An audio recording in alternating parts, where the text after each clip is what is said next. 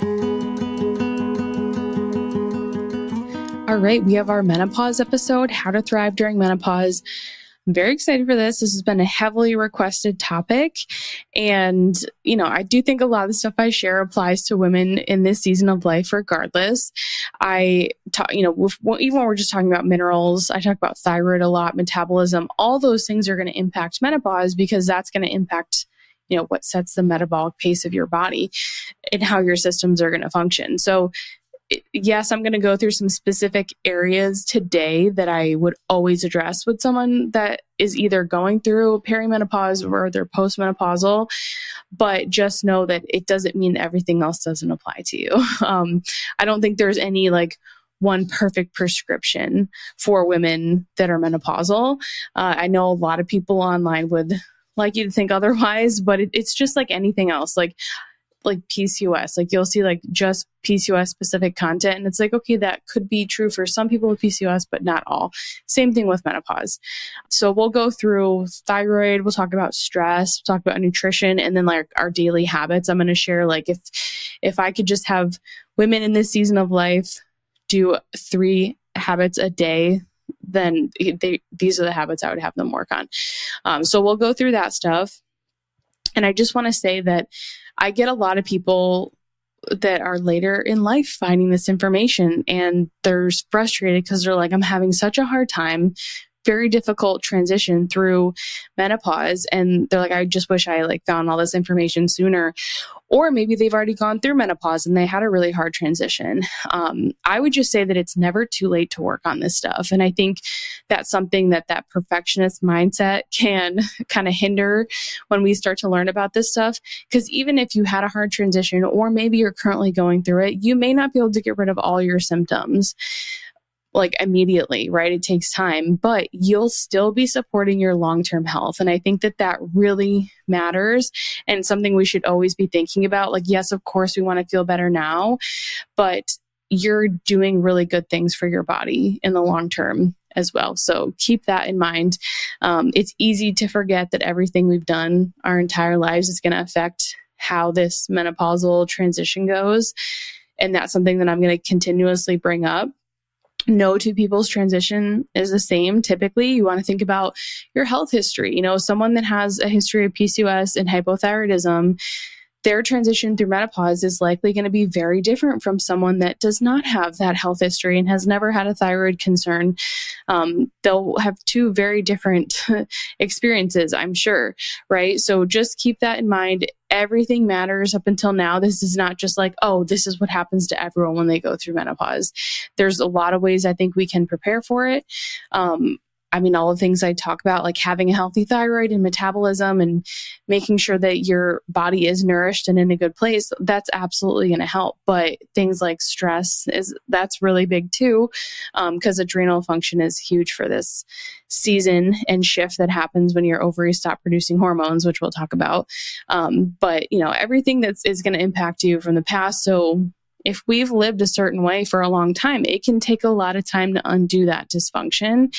But again, it doesn't mean that you're not setting yourself up for health and success in the future for your long-term health. And then as always, before we kind of dig into everything, this is for educational purposes only. Please talk with your doctor, your provider, before you make any nutrition, lifestyle, or supplement changes, because this is really generalized. I'm going to give some examples of things I've done with clients, but everything was really unique to them. And before I dig right in, we're going to talk about thyroid first, because I think this is one of the most important areas for this midlife, perimenopause, menopausal transition. But quickly, we have a podcast sponsor this week, and I'm going to keep this shorter in the future, but I haven't had sponsors on this podcast. And I just wanted to go into a little bit around the thought process about this, how this has come about, what it's going to look like. So I've had the podcast for a little over 2 years now, have not had sponsors, mostly because the companies that have reached out to me, I just would never use their products. And I'm just no, you couldn't pay me enough, right? Because I don't want people to feel like they have to buy stuff that they don't need. It's been like this whole internal battle. Talk to my business manager, Sierra. But it's been this like struggle for me where I'm like, oh, I don't know. Like, I just want it to be a company I'm like really, really aligned with. And then finally I'm like, I'm just going to reach out to a few companies and see if they're a good fit. Like people that I use literally every day. And the first one I thought of was Paleo Valley. That's who's sponsoring this episode. And I have a subscription for their meat sticks. I always use their organ complex. Like their bone broth protein. I love their products. I've used them for like at least 5-6 years. And I really trust them. And I'm like, who do I tell people to get all the time anyway? Paleo Valley. So I was like, all right, it ended up working out. We're going to try out this partnership. And I'm excited about it. So the first thing that I want to talk to you about with Paleo Valley, the product that I'm going to highlight this week, are their beef sticks. I don't know if anyone's had the beef sticks from Paleo Valley, but I think it's my favorite product now. Like if you had asked me previously, like I might say their bone broth protein, still love it. But having a toddler now that can actually eat the beef sticks, I'm like, okay, I get it. I get why they chose to make these. They have a child of their own. They're just so convenient. They taste really good. It's like definitely an easy snack food for us. That's how I typically utilize them. It's got a good amount of protein and fat in a beef stick. So I'll usually pair that with some sort of carb, maybe like a fruit or carrots or something. Very easy on the go snack. It's also a great protein if you're pregnant too. I found that like I have a lot of clients that will get like aversions and stuff, but they're like, I can still eat the beef sticks. And I'm like, thank God. So highly recommend those. If you have kids and they like them, one, get the subscription because then you don't have to remember to keep ordering and you can adjust it. Like when my husband's home, I increase it. We'll get more. When he's gone, I usually decrease it because we're not going to go through as many. But the beef sticks are like my backup protein. So if my daughter won't eat the meal that we're having, like say it's just a meal that she's like, yeah, I'm not into this, or she doesn't want to eat the protein with it, because that's probably like usually the first food that she'll refuse, then she'll have the beef stick as her protein for that meal. And it's nice because I know it's super high quality. I know that she's going to eat it and I can feel good about her having it. So highly recommend the beef sticks if you have not tried them. I typically get the original and the jalapeno. The summer sausage is also really good. I like all their flavors though. They have turkey too if you don't like beef. But that's the first product I wanted to highlight. You can go to paleovalley.com/hormonehealingrd to see all the products from them that I like. I'll talk about more in the future, but beef sticks is my number one. And they're that's the one that most of my clients try first because it's like they're typically looking for an easy protein for snacks. And it's Greek yogurt and beef sticks are like right up there for me. So highly recommend. And last thing I'll say about them and kind of why I decided to partner with them and just like why I trust them in general. I've learned so much about supplements and processing and all that stuff through Paleo Valley, more than I ever wanted to know. And not only do they care so much about the ingredients that they choose, but also how that product is made. They have a hand in every single step of the processing, which is extremely rare when it comes to supplements or any like food product. So, certain ingredients, like if you use a certain ingredient in a supplement or a food, sometimes it's like, well, they're going to use this ingredient to get that ingredient in there or placed on there. And it's like, I wouldn't have known that. And so it's something where it might not be listed on the label, but it's a part of that process. So really interesting stuff. I trust them probably the most out of pretty much any supplement company, as far as like transparency and like they use their products. And they're really picky. So I know that they're going to be good. But yeah, so love Paleo Valley, paleovalley.com/hormonehealingrd to check out my favorite products from them. And let me know if you try the beef sticks and what you think of them. Okay. Let's get into the first big area that I like to focus on to allow women to thrive during menopause, and that is the thyroid. I talked about this in my newsletter, the Feminine Periodical, this week, and I talk about thyroid a lot. The whole history of myself with thyroid, it's a whole thing. But I tend to see I would say most women, not just women like in menopause, but once women reach that midlife point, if not much sooner, they're likely going to have some suboptimal thyroid function. And we'll talk about why. But it's extremely common. And typically this is going to have to do with like years of chronic stress, often nutrient deficiencies as well, and then imbalances that can happen with our minerals. Like next week, I'm going to talk a lot about iron and midlife women and how like excess iron is very common. That can have a huge like inflammatory impact on the body and very much so impact our thyroid function. But then also deficiencies, like, I mean, iodine deficiency is very common in women that are like of gestational age. So imagine what it's like by the time we're in menopause. So I think it has a lot to do with deficiencies, but also just like stress. It's like how have you been living up until this point? You know, I think about how so much of this population has dealt with dieting, and just like, this is all women, but it's like, once I get someone that's in this season, they're like, yeah, typically I've had like some issues with food at some point in their life. Maybe they have a long history of dieting, restriction. Maybe there's some over exercising, or not enough exercise, not enough movement. But typically there's a decent amount of stress in there. Typically, often they've had children, they may have grandchildren, they've worked different jobs. Maybe they're retired now, maybe they're not. But we've had a decent amount of stress in our lives by this point. And then if we also think about the things that deplete minerals, like other things, like if we're thinking of like supplements, medications, stuff like that, maybe they're not getting a nutrient dense diet in, that's going to lead to less minerals coming in, plus the things that can deplete them. I mean, that's often going to put us on a path to have suboptimal thyroid function. I would say probably at least like half of the women that I see that are either going through menopause or have gone through it are on thyroid medication, which is totally fine if it's appropriate, right? But probably most of them need it, right? So it's one of those things where thyroid's really important when we are dealing with a lot of the symptoms from going through menopause and having that lower production of hormones and eventually no production of sex hormones from our ovaries. That's what's going to lead to those symptoms. So a lot of times that's going to be like hot flashes, mood swings, night sweats, having like dryness, vaginal dryness, but that can also be like related to pelvic floor stuff. And usually there are pelvic floor issues that come up in menopause because of the shifts in hormones. Difficulty sleeping is a huge one. Falling asleep, staying asleep. I hear that one a lot. Difficulty concentrating, like brain fog, that sort of thing. And then hair loss. I would say those are probably like the biggest ones that I typically see that are just like, okay, what's mostly related to our hormones? And then there's a whole host of other symptoms that I feel like are also hormone related, but that are very much so exacerbated by not having optimal thyroid function. And that's doesn't mean you're not making any thyroid hormone. Your thyroid labs might look okay, but they may not be technically optimal, because there's a huge difference between like conventional lab ranges that have a really big range. I mean, thyroid's a huge range. I think it's like 0.4 TSH, that like thyroid stimulating hormone. If you go to your doctor, that's typically what they're going to measure. Typically it's going to be like 0.4, 0.5, all the way above 4 is considered normal. So that's a big wide range for a lab.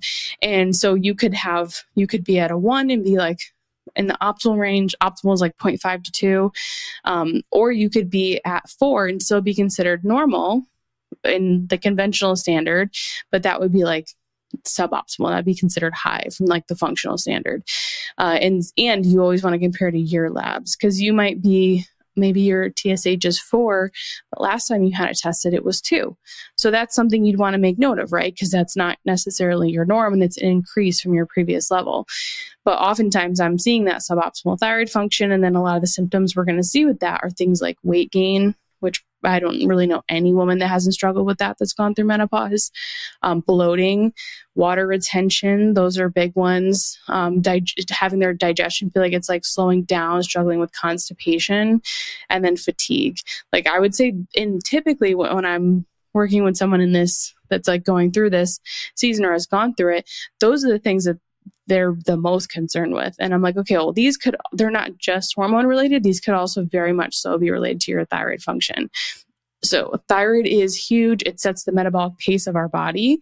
And this means that if it slows down and we make less thyroid hormone, then our metabolism slows down and then everything slows down. So thyroid slows down, then our digestion slows down, and that can lead to like indigestion, bloating, bacterial overgrowth, right?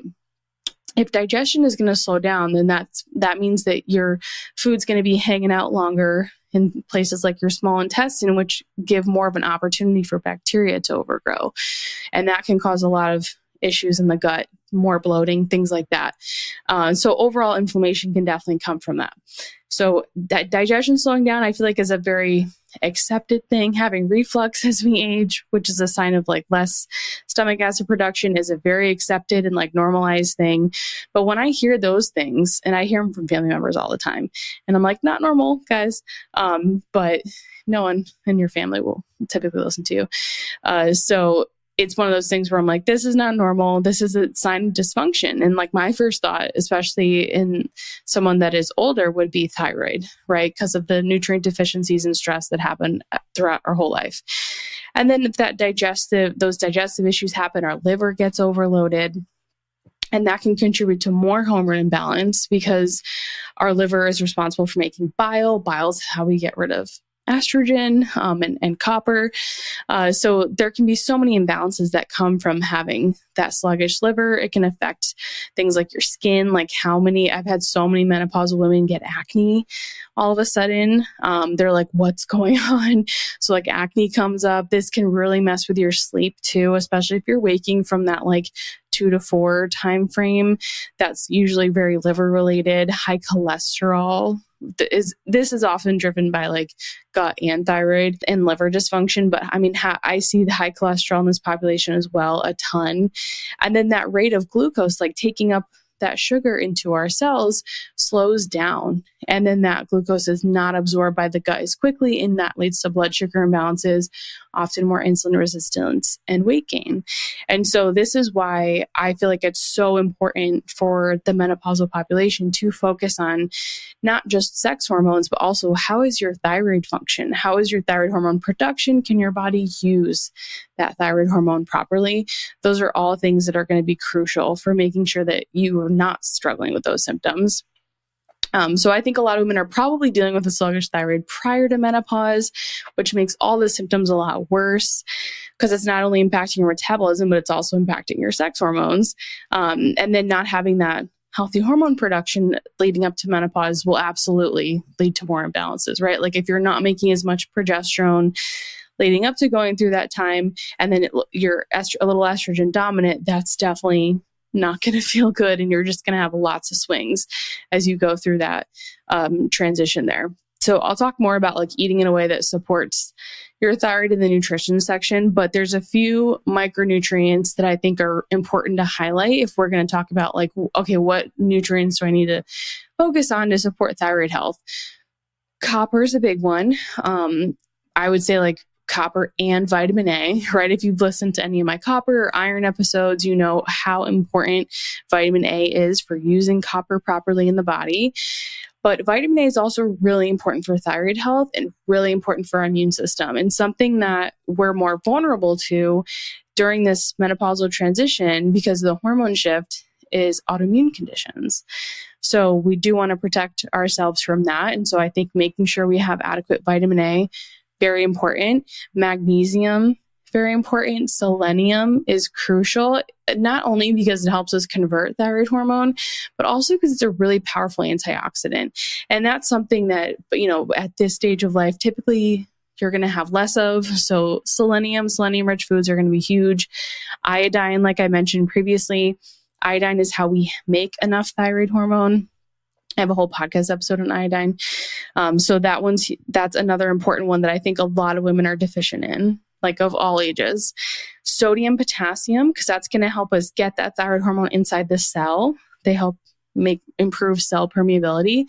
Zinc is huge for thyroid function and also for just hormone balance and production and immune system function in this population as well. So copper, vitamin A, magnesium, selenium, iodine, sodium, potassium, and zinc. Those would be like the big ones that I would think about. I have a very comprehensive free thyroid training that you can go through if you have not already. I'll make sure that I link it in the show notes if this is an area that you're like, yes, like I really align with a lot of those symptoms. And I am curious to see if my thyroid falls more in like the suboptimal or like optimal range. So definitely check that out. So thyroid is huge. The next big area that I think is so important to emphasize is stress because of how that's going to impact adrenal function. So really like our stress response. So before we dig into nutrition, which I'll cover next, the area that I think is important to reap all the benefits of the nutrition changes is stress. Because this is going to play a huge role in our symptoms during this season, because basically the stress you have and are currently dealing with, that's going to impact your adrenal function. And healthy adrenals are crucial for menopause because at this point, like especially if you're no longer ovulating, you're no longer making hormones, your ovaries are no longer making hormones, then our adrenals are really the only hormone production that we're getting. So they make the precursor to things like estrogen, progesterone, and testosterone. And they're honestly the only glands that are producing these hormones if the ovaries are no longer doing so. So if you're perimenopausal, that's not necessarily true. But if you haven't had a period in over a year or two, then I would say like you're likely not producing any hormones from your ovaries anymore. And your adrenals are really it. They also are essential for like having, and thyroid adrenals go back and forth. They impact each other. And that's why it's hard to say like which one is more important, because it's like, well, if you don't have a healthy thyroid, then you can't clear cortisol, and that can mess with the production and how your brain is sensing cortisol and how your body's using it. So that's really important. But our adrenals are really important because, I mean, a lot of what's happening with our adrenals is making stress hormones, having a healthy stress response, which is important for our energy and feeling good and feeling like we can handle stress. But it's also important, we make ceruloplasmin primarily. So it's one of those things where it's like, adrenals are huge. They're really producing the only hormones that you have at that point. And if you don't have a healthy stress response and you can't handle stress well, then we typically don't feel good, right? Because we're always going to have stressors, and we don't want to, mitigate and get rid of all of our stress, but you want to be able to handle that and feel like you can handle things and things that come up in your day. And if you can't, then it's like, that can really affect your mental health, your physical health. So less hormone production, more hormonal chaos as far as symptoms go. And we can have that increase in stress hormone production worsen our symptoms like hot flashes, difficulty sleeping. So we really want to think about stress. Are my adrenals being supported? Are they being overloaded? Am I too stressed in the way that I'm living my life?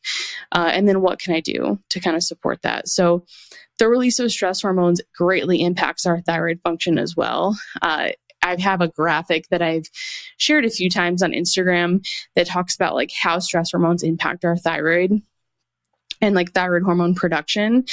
And cortisol, the main stress hormone that I'm typically talking about that our adrenals make, it can actually blunt TSH production. So TSH, remember I talked about that before. If you go to your doctor and you're like, I want to test my thyroid, that's typically what they're going to measure in your blood. Thyroid stimulating hormone, it's actually made by our pituitary, but cortisol will blunt that production, which is not good because that TSH tells your thyroid, hey, we need you to make more thyroid hormone. So if you have this cortisol keeping that from happening, you're going to have less production of free T4, that important thyroid hormone, which we then convert to free T3, which is the active form that works in all of our cells. And so it means that our thyroid's not getting the appropriate signal. We don't make enough thyroid hormone. And then that leads to the metabolism slowing down and all those symptoms I just described. And the issue is that if you test your TSH and you're super duper stressed, it'll usually look good. It won't be high. It's lower. And so this is why it's so important to test your free T4 and free T3 levels as well. I talk about that more in the thyroid training, but you want to get the full picture, because if you have optimal TSH, it could just mean that your body's actually really stressed. So it's lowering that TSH production. And then your body's still not making enough thyroid hormone, which is why you have all these symptoms of hypothyroidism. So definitely want to get the full picture. As far as like, what can we do to support healthy adrenal function during this season of life? I would say like the most effective way to reduce stress isn't necessarily to add something in. I think this is like the way most people go. Like they're like, okay, I'm gonna like, maybe you try meditation, maybe you try tapping or breath work. It's not that these can't be helpful. I definitely think that they can. I love breath work. It's something that I utilize on a regular basis. But the number one thing that I hear from women is that they don't have time for it, right? So like, it's just like another thing that they put on their to-do list that stresses them out, which is the opposite of what we want to do right now. So if we don't have time to take care of ourselves, to add one modality of that, you know, maybe you've like been interested in and you want to try, my first question is like, what do we have time for, right? If you don't have time for like a few minutes for yourself, that's a huge red flag. But I think a lot of people can relate to this. And rather than adding something in, putting another thing on your plate, what if we looked at our days differently instead? Is there a place we can slow down? Maybe just do a little bit less so we're not rushing and like burning up all our resources. Where can we do less? I have a podcast episode that I'll link in the show notes that talks about a holistic approach to optimizing cortisol. And in that, I talk about doing an exercise that I like to do with clients, and I have it in my Master Minerals course called A Day in the Life. And that is when you write down what a typical day looks like for you. So like, what do you first do when you wake up in the morning? How are you eating your meals? Are you sitting? Are you relaxed? Or are you like doing a million things? Are you skipping meals? How often are you brushing? Or do you give yourself time for transitions and stuff like that? How much time do you spend outside? Light exposure is a big one, especially for adrenal health, cortisol production, hormone production. So I think light exposure is huge for this population. And as far as supporting healthy adrenal function and thyroid function, are you ever just doing nothing? Which I feel like no one ever has that on their day in their life. It's like their whole day is like completely packed to the brim, and they're constantly moving from one thing to the next. And oftentimes people do feel frazzled by the end of the day. They do feel like their to-do list is too long. So instead of adding another thing to your to-do list, I would just say like, what can we shift and what can we change about your current day? Because sometimes we don't always need to do more. Usually we need to do less. And because a lot of us are just like living at a super fast, unsustainable pace. And that's usually why we have health issues in the first place, right? So we can't change our pace overnight, but I would say you can change your mindset around it. And this is usually where we start with people, because oftentimes, like when we look at your typical day, it's like, all right, what are you doing really well? Right? What things are we like, please keep doing this? And then usually we have a list of like, what do we probably want to change? And I always like to highlight what people are doing well first, because sometimes they don't even know that that's like a really great habit. And I'm like, keep doing that. So it's usually people have a good amount of things they're doing really well. And then they have things where I'm like, I don't think that's supporting you right now. And then we talk about it. And a lot of the times it's like, what's the rhythm of your day look like? Where do you want to experiment? Like what sounds like the most fun for you? Like or what thing have you maybe been curious about? That's because usually people are like reading and researching, especially if they have health concerns. And maybe they're like, well, like I've always kind of wanted to get outside in the morning and get light in my eyes, but I just never prioritized it because I'm like waking up at this time and then I'm rushing to get to work, or I have to get my kids ready to go to school or whatever it might be. And that's something where it's like, okay, well, let's start there. Because if you've been wanting to do it, it's been on your mind, it's probably really important for you. And that's usually one of the first places I like to start with everyone, but especially if we're thinking about like, a lot of times, a lot of women that have gone through menopause or going through it have a good amount of blood work done. Maybe they've done a Dutch test so we can see like their stress hormones as well. And that's when it's like, okay, how could we work on optimizing this what is light responsible for? I mean, light is responsible for a lot of things, but it's really important for our mitochondrial function, which is like energy production, right? Like minerals. And then it's also really important for making sex hormones and having a healthy stress response, because we want that light first thing in the morning so that we can make cortisol, that stress hormone. We don't want to make too much, but we want to have a little boost in cortisol, and then we want it to slowly go down throughout the day, so that then it's low by the time we go to bed. We can make melatonin and we can sleep well. So I think getting light in your eyes with no contacts or glasses first thing in the morning is so, so crucial. But especially if we're thinking about, you don't really have much hormone production. Maybe your adrenals are taxed and you're burnt out. And so it's like, how can we start to reverse this? I think that's one of the easiest things you can do.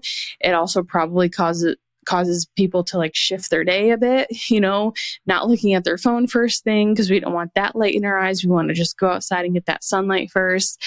So that's like a really healthy habit. And you're doing something for yourself first. You're not like immediately starting your day, like rushing and going. You're going and sitting outside. Even if you only get 3 to 4 minutes, that's still going to give you a ton of amazing benefits when it comes to cortisol production, hormones, all that kind of stuff. And, if you can get that, because a lot of times, menopausal women have a hard time falling asleep and staying asleep. I have seen this a ton. And it can be very much so related to shifts in sex hormones. I also think it's usually related to blood sugar and cortisol for sure. Right. So one of the things that I'll like to have them do is try to take a walk in the morning or do something outside and get a lot of that light in their eyes in the morning.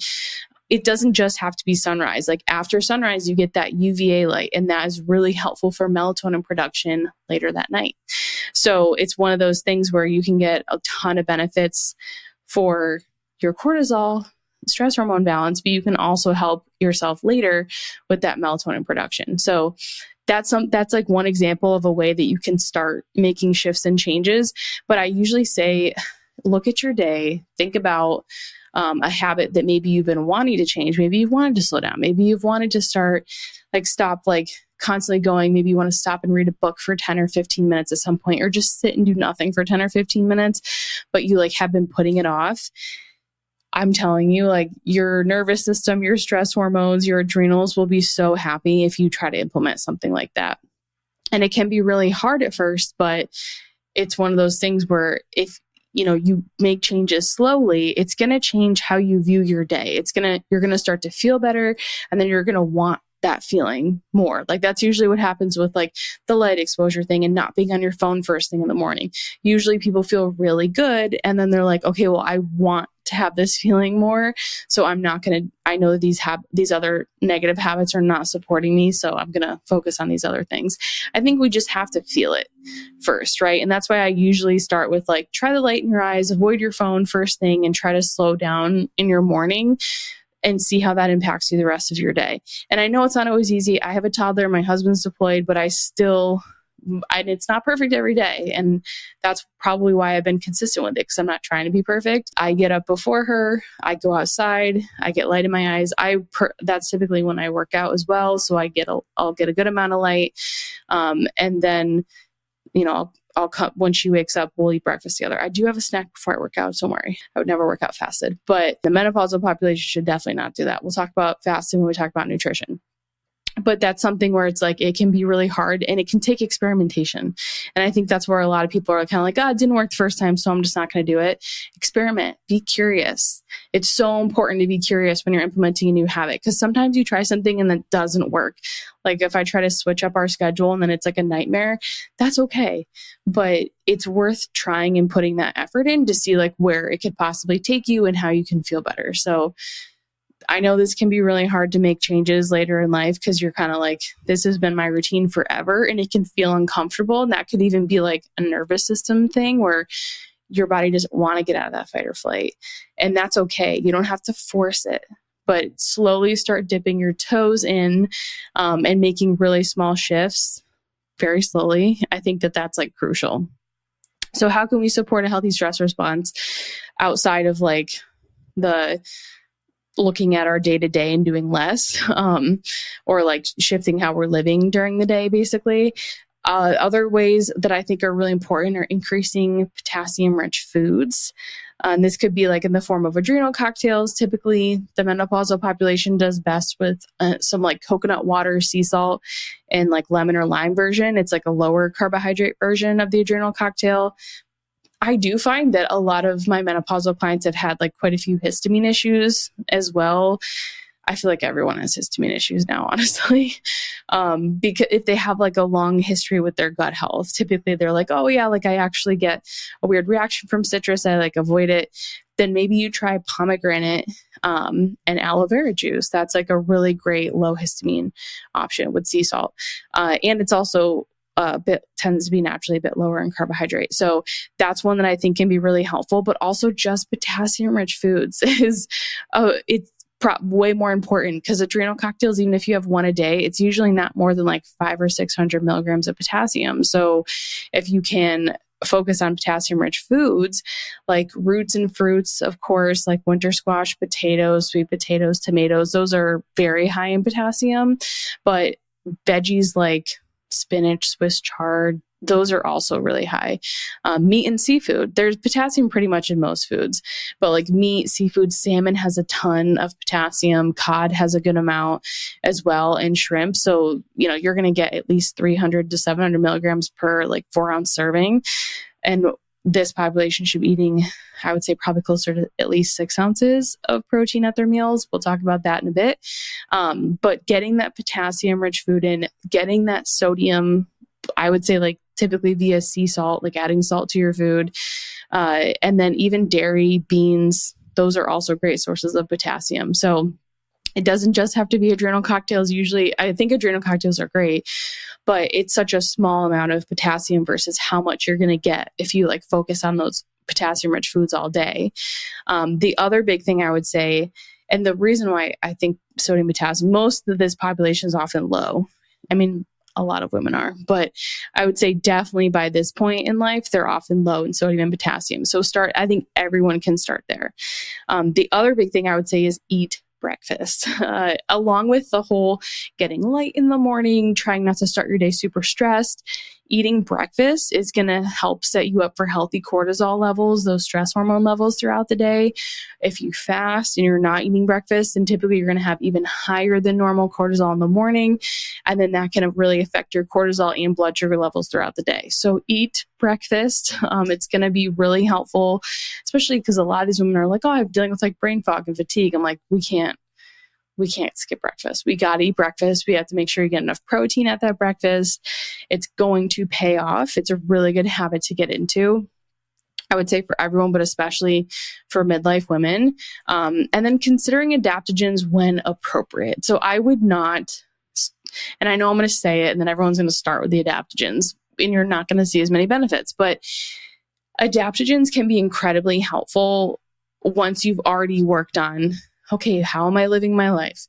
Am I eating breakfast? Am I getting sodium, potassium rich foods in? Am I eating enough protein? That sort of thing. They can be incredibly helpful. Typically, especially if people are having issues with sleep, that's often when I implement them. But they're one of those things where if you're not doing the other like basic foundations, they probably aren't going to give you as much relief depending on what you're using them for. And I just promise they are going to work way better if you work on those other areas first.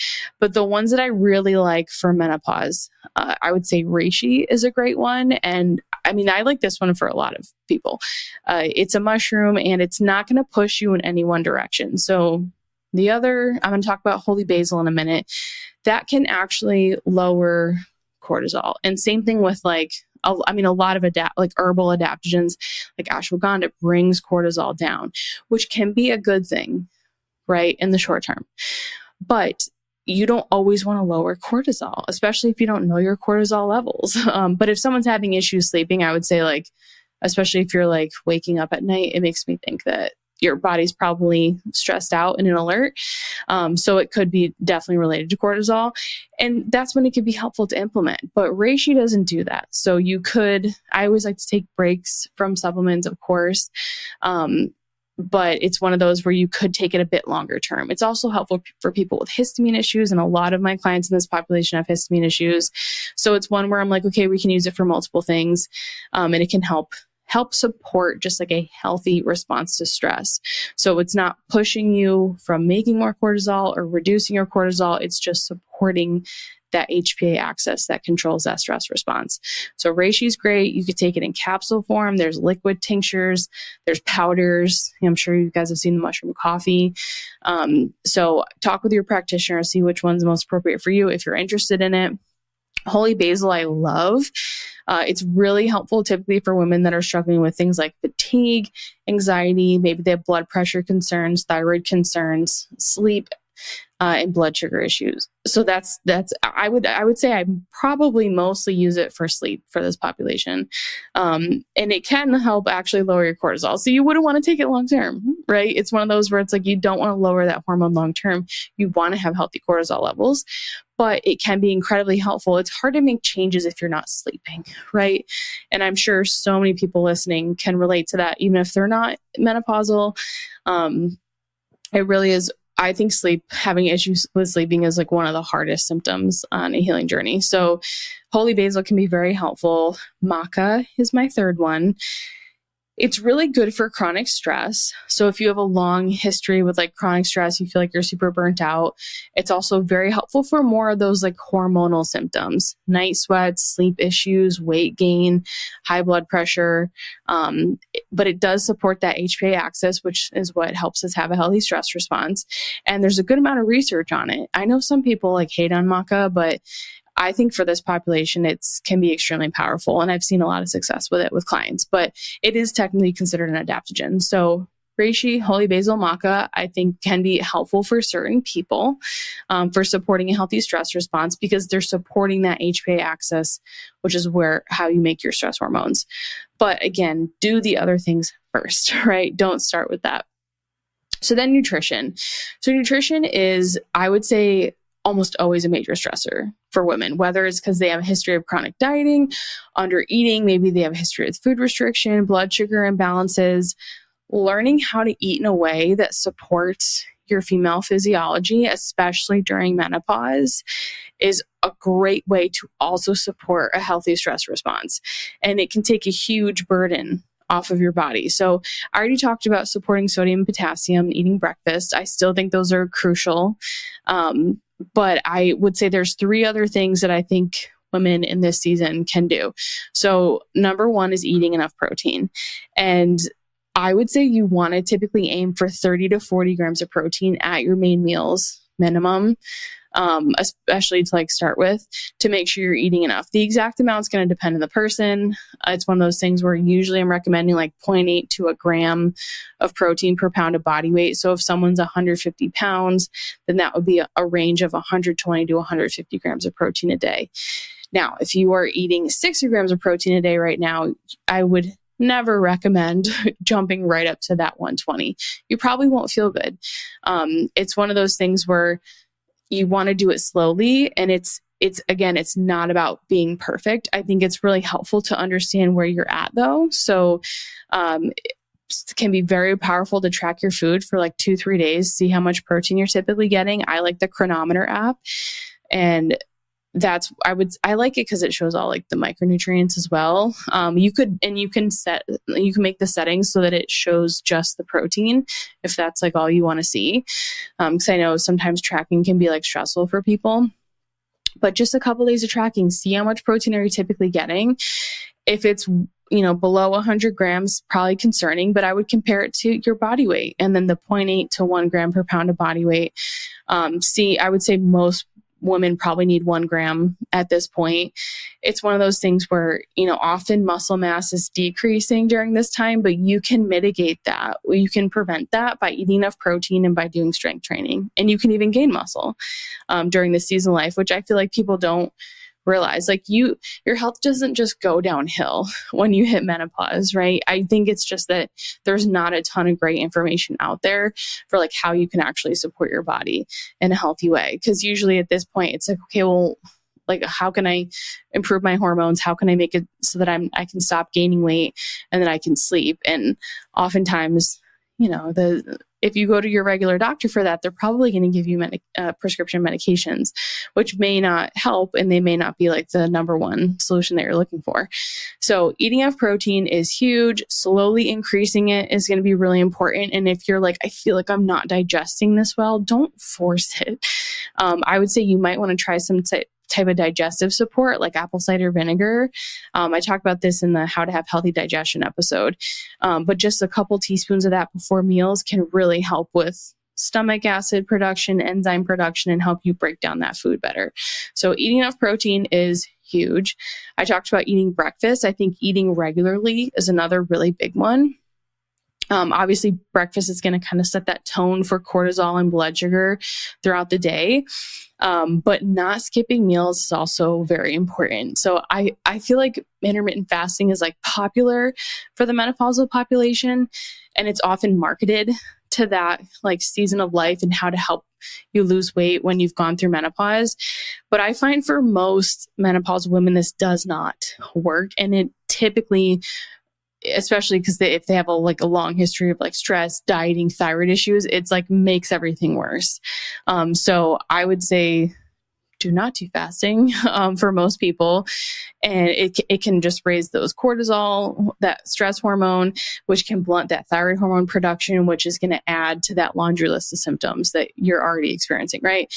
So eating regularly. So that could be, I would say for most women in this season, it's probably 3 meals a day, sometimes also a snack.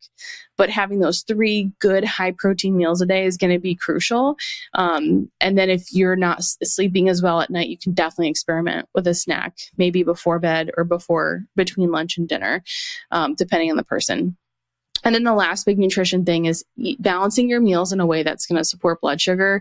I went through this in a lot of detail in a previous episode, so I'm not going to go through it a ton.